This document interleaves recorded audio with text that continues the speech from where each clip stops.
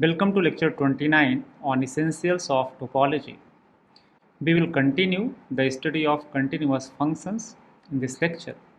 In the previous lecture, we have seen the characterization of continuous function in terms of inverse image of open sets. Question comes whether continuity can be characterized by using the concept of closed sets, concept of neighborhood, concept of basis. Answer is yes, we can do it, and that we will see in this lecture. Begin with the characterization of continuous function in terms of closed set. The characterization is given by using this theorem. This theorem states that if we are having two topological spaces x tau and y tau dash, a function from x tau to y tau dash is continuous if and only if for each tau dash closed subset f of y, f inverse f is a tau closed subset of x. Let us see the proof of this theorem. So we are assuming that f is a continuous function, and let us try to justify that for each tau dash closed subset f of y, f inverse f is a tau closed subset of x. So if we are taking a tau dash closed subset f of y, so what about complement of f in y? This is tau dash open subset, or this is tau dash open set. If this is tau dash open set, so by continuity of f, the inverse image of this complement of f in y is tau open set. But note that this inverse image of y minus of f is same as x minus of f inverse of f. This is tau open set. And if this is open with respect to topology tau, it means that inverse image of f under f is tau closed set. So this is the justification of one part of this theorem. Moving ahead, let us now assume that for each tau dash closed subset f of y, inverse image of f under f is tau closed subset of x. Then we have to justify that f is a continuous map. So in order to justify that f is continuous, let us take a tau dash open set, that is G subset of y, and this is in tau dash. Our motive is to justify that f inverse G is tau open, that is f inverse G is member of topology tau. Now if G belongs to tau dash, what about its complement? Y minus of G is tau dash closed. But this is given that inverse image of a tau dash closed subset of y is a tau closed subset of x. Therefore, f inverse of y minus g is tau closed. But note that f inverse y minus of g is nothing but this is x minus of f inverse g, which is tau closed. Or from here we can deduce that f inverse of g is tau open, and therefore the function f from x tau to y tau dash is continuous. Moving to the next, let us see the characterization of continuous function in terms of neighborhood. The characterization is given in terms of this theorem, which states that if we are having two topological spaces x tau and y tau dash, then a function f from x tau to y tau dash is continuous if and only if for each x in x and each tau dash neighborhood n of fx, there exists a tau neighborhood m of x such that f of m is a subset of n. In order to prove this result, first we are assuming that f is a continuous function. Now let us take a tau dash neighborhood n of fx, that is n is tau dash neighborhood of fx. By using the definition of neighborhood, we can say that there exists a tau open set, let us take that is H, such that this will be tau dash open set such that this fx belongs to H and that is a subset of n. Or from here we can conclude that x belongs to f inverse H and that is subset of f inverse of n. Now as f is continuous, this f inverse H is tau open set. Or from here we can say that this f inverse of n is a tau neighborhood of x. If this is tau neighborhood of x, why not let us take this m as f inverse of n. So we have got a tau neighborhood of x. And now if we are computing f of m, which will be equal to f of f inverse of n, and that will always be subset of n. That's the proof of this part. Moving ahead, now let us assume that for each x belongs to x and each tau dash neighborhood n of fx, there exists a tau neighborhood m of x such that f of m is subset of m. Then try to justify that f is a continuous function. In order to justify that f is a continuous function, let us take a tau dash open set. So let G be tau dash open, and our motive is to justify that f inverse of G is tau open, that is, this is the member of topology tau. Now if f inverse of G is an empty set, obviously this is the member of topology. In case f inverse G is a non-empty set, then let us take an element x in f inverse of G. What will happen? It implies that fx is a member of G. But note that what this G is. G is tau dash open set, and therefore this is neighborhood of each of its point, that is, this G is tau dash neighborhood of fx.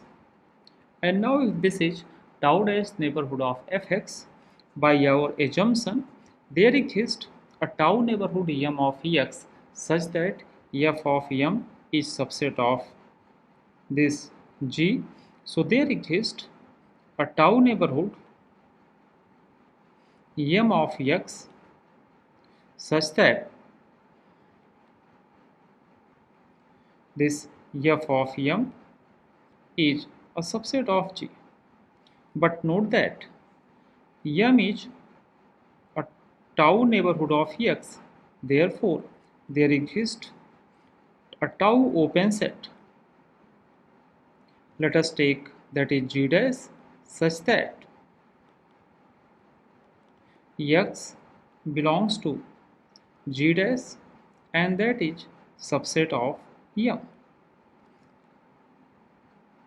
Also from here this m is a subset of f inverse of G.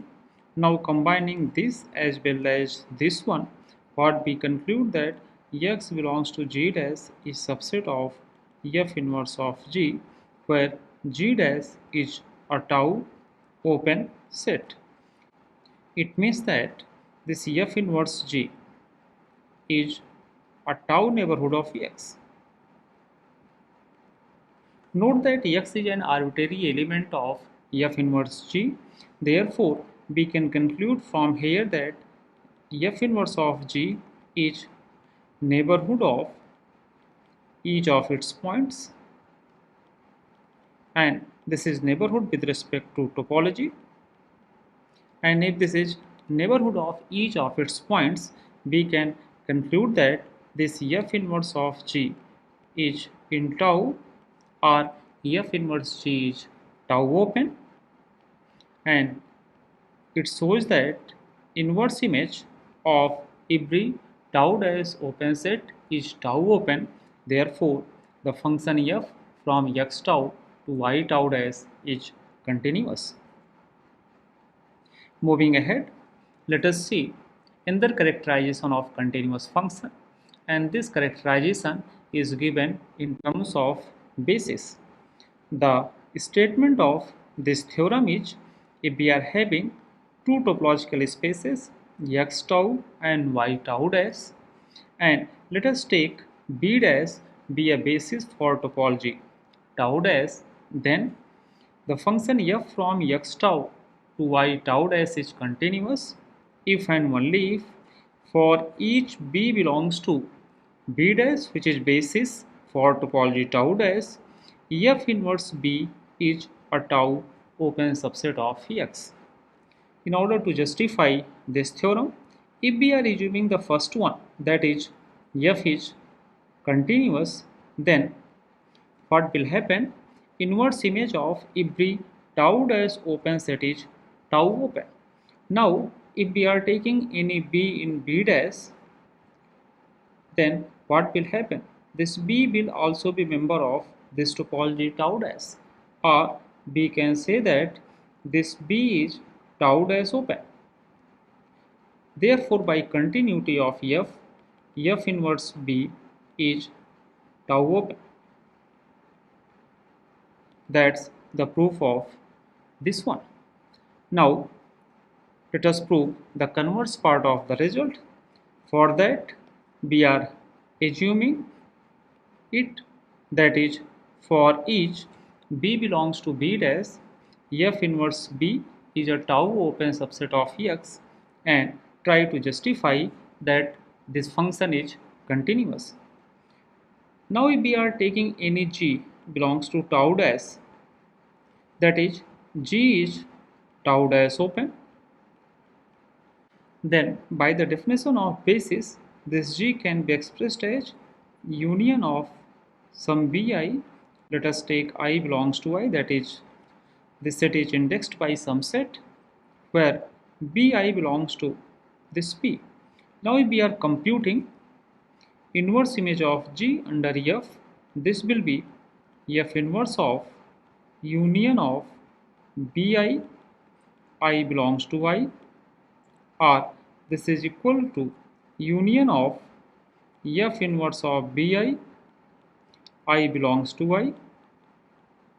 But note that this is already given to us, that if any b belongs to b dash, f inverse b is a tau open set.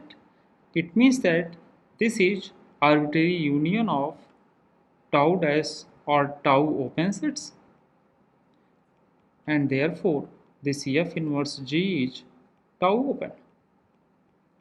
Thus, the inverse image of each tau dash open set is tau open, and therefore the function f is continuous. By using this characterization, let us see some of the example. The first example is, if we are taking a function from R with Euclidean topology with the same topological space such that fx is given by x plus 2 for all x in R, then this f is a continuous function. If we want to justify it, we know that for this topology, the basis is given by collection of open intervals where a and b belongs to set of reals. Now, if we are taking any member of this basis, that is AB belongs to B, and B, try to find the inverse image of this interval. By using this definition, this will be nothing but A minus 2 and B minus 2. Note that this will always be a member of Euclidean topology, that is, this is open with respect to Euclidean topology. Therefore, by using the previous characterization of continuous function, by using the concept of basis, we can say that this function is a continuous function. Let us take another example again with R along with Euclidean topology to the same topological space such that fx equal to 2x. Again we can justify that this function is a continuous function if we are taking this B. This is a basis for this topology, and let us take any open interval in the basis for this topology and compute inverse image of this open interval AB under this F defined as fx equal to 2x. So this will be nothing but an open interval with A by 2 and B by 2. Note that this is a member of Euclidean topology, that is, this is open with respect to Euclidean topology, and therefore again this function f is continuous. With the same characterization, if we are taking identity function but we are making a change in the topology on the domain, that is, this topology is lower limit topology, and here we are taking the same topology, that is Euclidean topology, but the function will always be a continuous function. Answer is similar to the previous one, that is if we are taking the basis which is well known for it, that is collection of open intervals where A and B belongs to R. Now if we are computing inverse image of this open interval under this identity function, note that that will always be same, that will be open interval AB, and we know that open interval AB are also member of lower limit topology, or these are open with respect to lower limit topology, and therefore this function is continuous. If we are looking this example, what is the relationship between Euclidean topology and lower limit topology? We know that this lower limit topology is finer than Euclidean topology. Question is regarding the continuity of identity function. Can we make a characterization by putting a topology on domain which is finer than the topology on codomain on the function? Answer is yes, we can do, and this is a simple characterization of continuous function when function is taken as an identity function.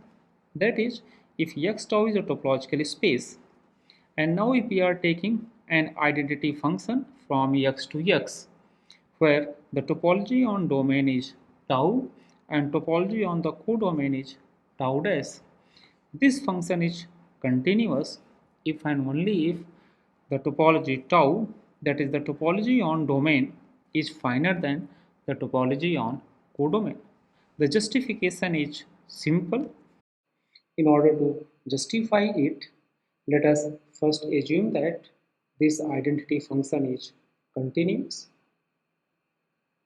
Now, if we want to justify that this tau is finer than tau dash, let us take any g in tau dash.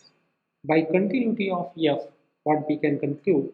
We can conclude that f inverse g is a member of tau. But it is to be noted that function is identity, and because of that we can conclude that this g is a member of tau. Therefore, what we are concluding? We are concluding that tau is finer than tau dash. Conversely, now let us assume it, that is, we are assuming that this topology tau is finer than tau dash. And now if we want to justify the continuity of this function, why not let us take simply n is g in tau dash. But it is to be noted that this g will also be a member of tau. Why? Because the topology tau is finer than tau dash. Also, it is to be noted that function is identity. So what we can say that g is nothing but f inverse g. Therefore, f inverse g belongs to tau, or we can conclude that f is a continuous function. So this is all about this simple characterization. Moving ahead, let us see that how continuous functions can be characterized by using the concept of closure.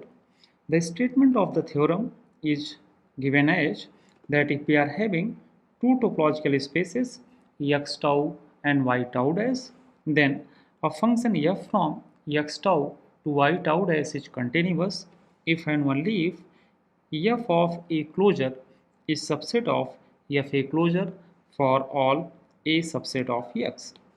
Let us assume that this function is continuous and justify that f of a closure is subset of f of a closure for all a subset of x. In order to justify it, begin with this is given to us that a is subset of x. Therefore, f of a is a subset of y, or f of a closure. This is a closed subset of y, that is, this is tau dash closed. Now if this is tau dash closed, because this function is continuous, what we can say that inverse image of this closed set is same as, or this is tau closed. If this is tau closed, what we conclude, the closure of this set will always be equal to f inverse of f a closure. Now, from the definition of closure, we can write f of a as a subset of f of a closure. Or if we are taking inverse image of both sides, this will be f inverse of f of a closure. We know that this is always a superset of A. Therefore, A is subset of f inverse of closure of fa, or a closure is same as, or a closure is a subset of this f inverse fa closure and closure of this set. But we have already seen that closure of f inverse of fa closure is same as f inverse of fa closure, that is, a bar is subset of f inverse of fa bar. Now we are taking the f image, so this will be f of a closure, this will be subset of f inverse of fa closure, and that we already know that this will always be subset of fa closure, that is, f of a closure is a subset of fa closure. So it shows that it will always hold when f is a continuous function. Moving to the converse part of this result, now let us assume that f of a closure is subset of closure of fa for all a subset of x. Then we have to justify that f is a continuous function. In order to justify that f is a continuous function, because the assumption is given in terms of closure, it is always better to use the characterization of continuous function in terms of a closed set. So let us take any f subset of y, which is tau dash closed,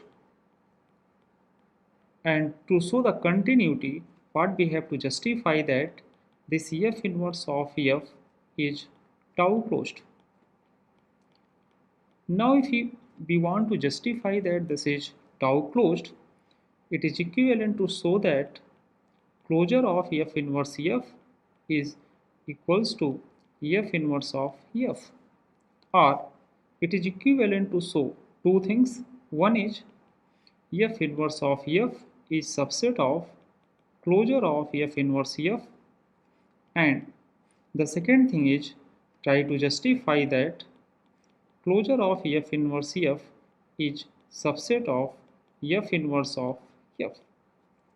The first one follows from the definition of closure, as for each subset A of X, A is subset of closure of A. Therefore, we need to only justify that F inverse of F, that is closure of F inverse F, is subset of F inverse F. In order to justify this part, or in order to justify it, let us use the assumption which is given to us. Note that this F inverse of F is always a subset of X. If we are assuming that this is A, then by using this assumption, F of A bar, that is F of F inverse of F closure, is a subset of F inverse of F full closure. Note that this will always be a subset of F closure. But as we have assumed that this is tau dash closed, the closure of F will always be equal to F, and therefore this is nothing but F. So what we have got? We have with us that F of closure of F inverse F is subset of F, and now compute the inverse image. What we get the closure of F inverse F is subset of F inverse F.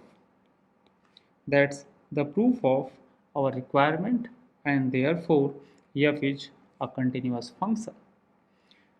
These are the references. That's all from this lecture. Thank you.